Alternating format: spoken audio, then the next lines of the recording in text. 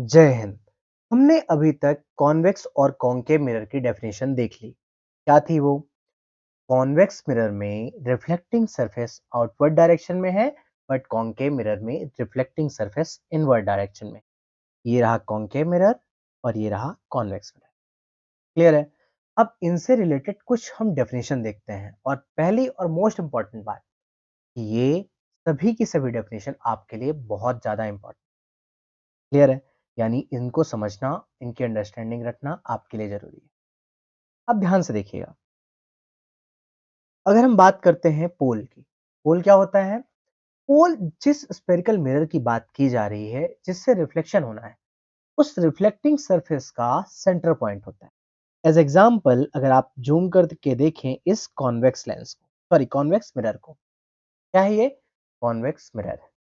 इस convex mirror में इसका सेंटर पॉइंट जो है वो ये रहा, ये। और इसी सेंटर पॉइंट को हम क्या बोलते हैं? पोल बोलते हैं। यानी जिस मिरर से रेज का रिफ्लेक्शन होना है, उसी मिरर का सेंटर पॉइंट क्या है? पोल है। ये तो कॉन्वेक्स मिरर की बात हो गई। अब कॉन्केव मिरर में देखें। कॉन्केव मिरर में अगर आप ध्यान से देखें तो रिफ्लेक्टिंग सरफेस इनवर्ड डायरेक्शन में, क्योंकि रेज लेफ्ट से आएंगी और आफ्टर रिफ्लेक्शन लेफ्ट साइड ही चली जाएंगी। इसी रिफ्लेक्टिंग सरफेस का सेंटर वाला पार्ट क्या है? पोल कहलाता है। ये कहां पर होगा? ये स्फेरिकल मिरर के सरफेस पे बिलोंग करेगा। क्यों? क्योंकि वही उस सरफेस का सेंटर पार्ट है। तो पोल क्या? The centre of the reflecting surface of a spherical mirror is a point called the pole. It lies on the surface of the mirror. The pole is usually represented by letter P. Done? Next part. Centre of curvature. क्या होता है centre of curvature? देखिए, जब हमने एक spherical mirror को create किया, तो वो स्फेरिकल मिरर क्या था? बेसिकली एक कंप्लीट स्फीयर, जो कि हॉलो स्फीयर था, यानी खोखला कांच का गोला। उसको कट करके एक साइड सिल्वर कोटिंग करके हमने बनाया स्फेरिकल मिरर। अब जिस स्फीयर का वो स्फेरिकल मिरर पार्ट है, उसी स्फीयर का सेंटर पार्ट कहलाता है सेंटर ऑफ कर्वेचर। अगर आप डेफिनेशन देखें, the reflecting surface of a spherical mirror form a part of a sphere. वो किसी स्फीयर से बना है, और उसी स्फीयर का जो सेंटर है, वो सेंटर ऑफ कर्वेचर है। तो जिस स्फीयर से मिरर बना, उसका सेंटर सेंटर ऑफ कर्वेचर, और जो मिरर है उसका सेंटर पार्ट पोल। क्लियर है? पोल कहां पर होगा? मिरर के सरफेस पर। सेंटर ऑफ कर्वेचर कहां होगा? सरफेस से बाहर, पर कहीं दूर। क्लियर है?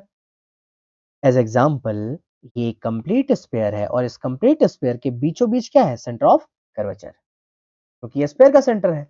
और हमने चूंकि इसको कट कर दिया है, डॉटेड पार्ट से मैंने दिखाया कि एक कंप्लीट स्पेयर, इसे आप सर्किल मत समझिएगा, इसे आप एक स्पेयर समझिएगा। और एक कंप्लीट स्पेयर जिसको हमने डॉटेड पार्ट से कट करके ये बता दिया कि हमने एक पार्ट कट करके convex lens, sorry convex mirror बना दिया है। इन द सेम वे यहाँ पर कॉन्केव मिरर बना दिया है, एक पार्ट को कट करके। तो जिस स्पेयर के पार्ट थे, उसका centre part centre of curvature, और उसे डिनोट करते हैं कैपिटल सी से। उसे किससे डिनोट करता है? कैपिटल सी से। बात डन हुई। अब देखिएगा ध्यान से, कैपिटल सी और कैपिटल पी के बीच की डिस्टेंस, यानी कि पोल और सेंटर ऑफ कर्वेचर के बीच की डिस्टेंस क्या है? उसी स्पेयर की रेडियस है। जिस स्पेयर से इन्हें बनाया गया, उसकी रेडियस क्या है? पोल से सी तक की डिस्टेंस, यानी पोल से सेंटर ऑफ कर्वेचर तक की डिस्टेंस। और यही डिस्टेंस रेडियस कहलाती है, या रेडियस ऑफ द कर्वेचर कहलाती है। जनरली आप ये कह सकते हैं कि जिस स्पेयर का ये पार्ट है, उसी की रेडियस रेडियस ऑफ कर्वेचर है। बात डन। तो हमने रेडियस ऑफ कर्वेचर देख लिया, और radius of curvature capital R से रिप्रेजेंट होता है। वहीं centre of curvature capital C से रिप्रेजेंट होता है। वहीं pole of the spherical mirror surface is known as capital P. Next part है प्रिंसिपल एक्सेस। प्रिंसिपल एक्सेस बहुत कोई टफ पार्ट नहीं है, सिंपल अंडरस्टैंडिंग है। सेंटर ऑफ कर्वेचर और पोल को मिलाने वाली जो कंप्लीट लाइन है, जो ग्रीन कलर की लाइन आपके इमेज में शो हो रही है, यही प्रिंसिपल एक्सेस है। अगर आप ध्यान से देखें, तो यहां से इन लाइनों से रिप्रेजेंट किया है मैंने कि ग्रीन लाइन ही क्या है? प्रिंसिपल एक्सेस है। यानी सेंटर ऑफ कर्वेचर और पोल को मिलाने वाली कंप्लीट एक लाइन बनती है, और उस लाइन को हम क्या बोलते हैं? प्रिंसिपल एक्सेस बोलते हैं। तो पोल पढ़ लिया, सेंटर ऑफ कर्वेचर पढ़ लिया, प्रिंसिपल एक्सिस पढ़ लिया, रेडियस ऑफ कर्वेचर पढ़ लिया। अब नेक्स्ट पार्ट क्या आता है? नेक्स्ट पार्ट है बेटा प्रिंसिपल फोकस। अब ये महत्वपूर्ण बिंदु है या मोस्ट इंपॉर्टेंट पॉइंट। कैसे? ध्यान दीजिए। ये अगर मिरर की बात करूं तो ये मिरर कौन सा है? कॉन्केव मिरर, क्योंकि इसका इनसाइड ही रिफ्लेक्टिंग सरफेस है। अच्छा, एक बात आप लोगों को बता दूं कि किसी सेंटर ऑफ कर्वेचर से या किसी स्फीयर के सेंटर से, सिंपल सी बात, किसी स्फीयर के सेंटर से, किसी स्फीयर के सेंटर से उसके सरफेस में बनाई गई लाइन यानी जो रेडियस है, वो रेडियस ऑलवेज उसके सरफेस पर परपेंडिकुलर होती है। यानी ये क्या होगा? ये नॉर्मल कहलाएंगे। क्या कहलाएंगे? नॉर्मल, क्योंकि normal incident point of incident पर क्या होते हैं? परपेंडिकुलर होते हैं। और रेडियस ऑलवेज स्फेरिकल मिरर के किसी भी सरफेस के पार्ट में क्या होती है? परपेंडिकुलर होती है। यानी ध्यान से देखिएगा, यानी सिंपल सी बात है, कैपिटल यानी सिंपल सी बात है, कैपिटल सी, कैपिटल सी और surface of the spherical mirror को मिलाकर बनाने वाली लाइन ऑलवेज सरफेस पर परपेंडिकुलर होती है। बात डन। तो आपने ये जान लिया कि क्या है सेंटर ऑफ कर्वेचर, और आपने साथ में ये भी जाना कि सेंटर ऑफ कर्वेचर से स्फीयर के किसी भी पार्ट को मिलाकर बनानी गई लाइन यानी कि जो एक रेडियस है वो always perpendicular on the surface of the spherical mirror या स्फेरिकल शेप। और यही परपेंडिकुलर हमेशा और हमेशा किसी भी इंसिडेंट रे के लिए क्या होगा? नॉर्मल होगा। और उसके अकॉर्डिंग हम रिफ्लेक्शन देखेंगे। क्लियर है? अब ध्यान दीजिएगा, अगर हम टॉप लेवल पे जो हमारी क्या है इंसिडेंट रे है उसके आने की बात करते हैं, तो आई इंसिडेंट हुई और रिफ्लेक्टेड किधर हो गई? इस डायरेक्शन में। नॉर्मल से जस्ट अपोजिट, नॉर्मल क्या था? सी से मिलाने वाली लाइन, और नॉर्मल से जस्ट अपोजिट डायरेक्शन में रिफ्लेक्टेड हो गई। In the same way second रे जो इंसिडेंट हुई आफ्टर रिफ्लेक्शन ये भी इस डायरेक्शन में चले गई। थर्ड रे आफ्टर रिफ्लेक्शन कहां चले गई? इधर से। फोर्थ रे आफ्टर रिफ्लेक्शन अपवर्ड डायरेक्शन में। फिफ्थ रे आफ्टर रिफ्लेक्शन अपवर्ड डायरेक्शन में और अच्छी और तरह से।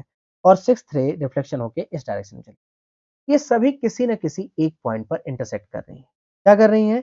इनकी अगर हम सभी की बात करें तो ये एक पॉइंट पर इंटरसेक्ट कर रही हैं, और जिस पॉइंट पर इंटरसेक्ट कर रही हैं उसी पॉइंट को प्रिंसिपल फोकस कहते हैं। क्लियर है? सिंपल देखिए, प्रिंसिपल एक्सिस के अलोंग आने वाली या इंसिडेंट होने वाली सभी पैरेलल रेज आफ्टर रिफ्लेक्शन जिस पॉइंट से हो करके जाती है वही पॉइंट क्या है? Principal focus.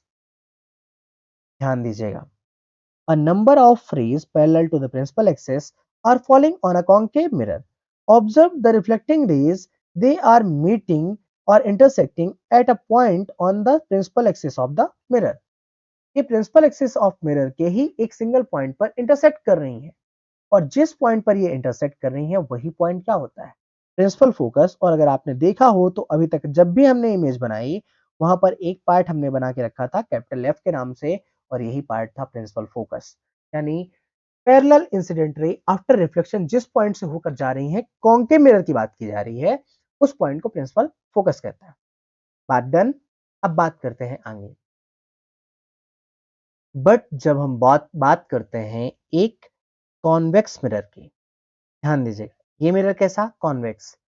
सभी रेज जो इंसिडेंट हो रही हैं along to the principal axis, सभी रेज जो इंसिडेंट हो रही हैं along to the principal axis, अगर आप इनकी बात करें तो आफ्टर रिफ्लेक्शन ये किधर जा रही हैं? आफ्टर रिफ्लेक्शन ये बिल्कुल फैल जा रही हैं, या आप ध्यान से देखें तो ये इधर चली गई, दूसरी रे इधर, थर्ड रे दिस डायरेक्शन में, फोर्थ रे दिस डायरेक्शन में, फिफ्थ इधर और सिक्स्थ इधर। यानी ये कभी भी आफ्टर रिफ्लेक्शन किसी पॉइंट पर मिलेंगी नहीं या इंटरसेक्ट नहीं करेंगे। सिंपल सी बात है। तो फिर प्रिंसिपल फोकस किसे बोले? आप इन रेस को अगर ध्यान से देखेंगे तो आपको ऐसा फील होगा कि ये किसी पॉइंट से ओरिजिनेट होकर के आ रही है, किसी पॉइंट से ओरिजिनेट होकर, जैसे ये रही फर्स्ट रे, ये रही सेकेंड रे, ये रही थर्ड रे, ये रही फोर्थ रे, ये फिफ्थ रे और सिक्स्थ रे। ये सभी raise, all rays are visible just like they are coming from the single point, and this single point is known as the principal focus. Clear है? तो प्रिंसिपल फोकस अगर हम बात करते हैं किसमें, कॉन्केव मिरर में तो उसके जस्ट फ्रंट में है, लेकिन कॉन्वेक्स मिरर में उसके जस्ट अपोजिट डायरेक्शन पे। वहां तो रेज पहुंच भी नहीं रही है, बट ऐसा लग रहा है आपको कि वहां से रेज ओरिजिनेट होकर के आ रही है। और यही पॉइंट क्या होता है, प्रिंसिपल फोकस होता है। किसके लिए? कॉन्वेक्स मिरर के लिए। ध्यान दीजिएगा। The reflected rays appear to come from a point on the principal axis.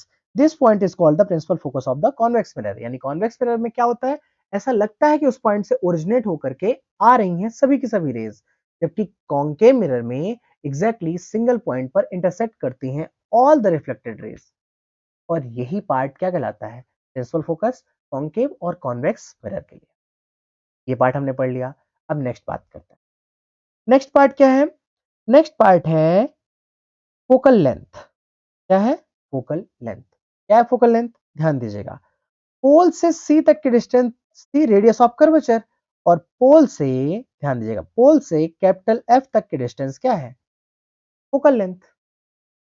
As example, concave mirror में फोकल लेंथ ये रही, जिसे स्मॉल एफ से डिनोट करते हैं। कॉन्वेक्स मिरर में फोकल लेंथ ये रही, जिसे भी स्मॉल एफ से ही डिनोट करते हैं। क्लियर है? तो क्या हुआ फोकल लेंथ? प्रिंसिपल फोकस और पोल के बीच की डिस्टेंस ही क्या है? Focal length. अब बात करते हैं नेक्स्ट पार्ट। नेक्स्ट पार्ट है diameter of the reflecting surface of a spherical mirror. ध्यान दीजिएगा, ये पार्ट एम से लेके एन तक का पार्ट जो कि एक स्फेरिकल मिरर का डायमीटर है। कंप्लीटली स्फेयर का डायमीटर नहीं पूछ रहा है, स्फेयर का डायमीटर तो यह पार्ट हो जाएगा, बट स्फेरिकल मिरर का डायमीटर जो एम एन है, इसी को बोलते हैं हम क्या? अपार्चर। क्या बोलते हैं? अपर्चर। अपार्चर नहीं, अपर्चर। क्लियर है? The diameter of the reflecting surface of spherical mirror is called its aperture. हालांकि इसका बहुत ज्यादा इंपॉर्टेंस नहीं है, बट मोस्ट इंपॉर्टेंट पार्ट क्या था? पोल था, सेंटर ऑफ कर्वेचर था, फोकस था यानी प्रिंसिपल फोकस, फोकल लेंथ और रेडियस ऑफ द कर्वेचर। ये सभी पार्ट्स की हमने ढंग से या अच्छे से स्टडी कर ली है। नेक्स्ट पार्ट क्या है हमारे पास? एक बहुत इंपॉर्टेंट रिजल्ट है। देखिए, फोकल लेंथ हमने पढ़ा कि पोल से फोकस तक की डिस्टेंस या पोल से प्रिंसिपल फोकस तक की डिस्टेंस क्या है? सिंपल सी बात, फोकल लेंथ। यानी स्मॉल एफ की अगर हम बात करें तो स्मॉल एफ क्या है? स्मॉल एफ पोल से लेकर के फोकस तक की एक कंप्लीट डिस्टेंस है। इस कलर को ऑफ करते हैं, दूसरे कलर से आपको समझाने की कोशिश करते हैं। क्या है? ध्यान दीजिएगा। पोल से लेके फोकस तक की डिस्टेंस फोकल लेंथ, और पोल से लेके रेडियस कहां तक? सेंटर ऑफ कर्वेचर तक। और एक बहुत ज्यादा इंपॉर्टेंट रिजल्ट आपके पास होता है कि जो रेडियस ऑफ कर्वेचर है वो फोकल लेंथ की डबल होती है। यानी डबल एफ मिलकर के क्या बनाते हैं? एक कंप्लीट रेडियस ऑफ कर्वेचर, या 2 into F equal to radius of curvature. For spherical mirror of a small aperture, the radius of curvature is found to be equal to twice of the focal length. Focal length का twice होता है क्या? Radius of curvature. कैसे होता है, क्यों होता है? ये बात ज्यादा महत्वपूर्ण है और ये आप 12th क्लास में स्टडी करते हैं, बट या ये बात आपको अपने माइंड पे बिल्कुल जमा के छुपा के रखनी है कि रेडियस फोकल लेंथ का डबल होती है। तब उस केस में जहां पर अपर्चर छोटा हो या diameter of the spherical mirror छोटा हो। This implies that the principal focus of a spherical mirror lies midway between the pole and center of curvature. यानी पोल और सेंटर ऑफ कर्वेचर के एग्जैक्टली मिडिल पॉइंट को हम क्या बोलते हैं? प्रिंसिपल फोकस बोलते हैं। तो हमने प्रिंसिपल फोकस में फोकल लेंथ और रेडियस के बीच की डिफरेंस भी, या रेडियस के बीच का जो रिलेशन है उसको भी जान लिया कि फोकल लेंथ का डबल ही हमारी रेडियस ऑफ कर्वेचर है। क्लियर है? यानी फोकल लेंथ अगर 2 होगी तो रेडियस ऑफ कर्वेचर 4 होगी, फोकल लेंथ अगर 10 होगी तो रेडियस ऑफ कर्वेचर 20 होगी। बात क्लियर है? अब नेक्स्ट पार्ट क्या है? Image formation by spherical mirror. इसे हम नेक्स्ट वीडियो में पढ़ते हैं। तब तक पढ़ते रहिए, मदमस्त रहिए। जय हिंद, धन्यवाद।